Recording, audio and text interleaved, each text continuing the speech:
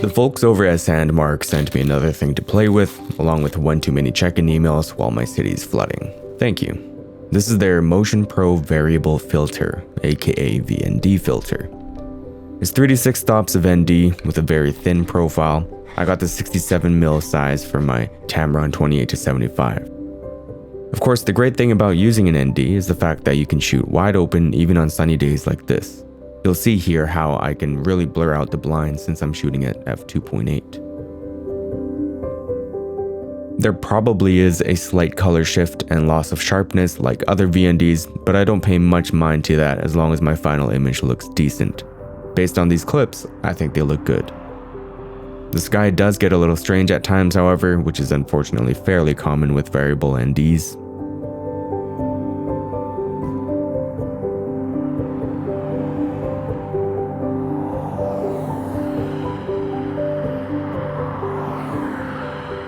When I was shooting at 28mm, there was some pretty bad vignetting. I think I get the same with my Hoya VND, but I don't recall it being as pronounced as this one. One of the selling points of this is how thin it is, which is quite visually appealing, but you still can't put on a lens cap, and quite frankly, it's annoying to adjust because sometimes your finger will creep into the shot. You can put on a lens hood though, which is nice. Now, the value proposition. Honestly, I find it difficult to recommend at its current price point of around 140 USD.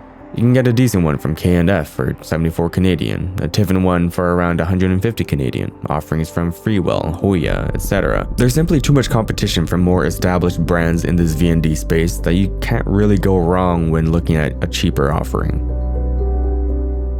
The vignette on the Sandmark one is pretty bad. I really don't like how thin it is, and I think there's enough competition out there to just go with, again, a cheaper offering.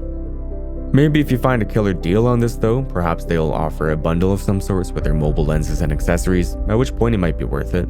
It's definitely not terrible, as it still gets the job done, but wouldn't be my first choice, and definitely wouldn't use it on something as wide as a 28mm. At any rate, thank you for your time, and thank you to Sandmark for sending this over. Not sure if I'll hear from you again, but I guess that's the way it goes.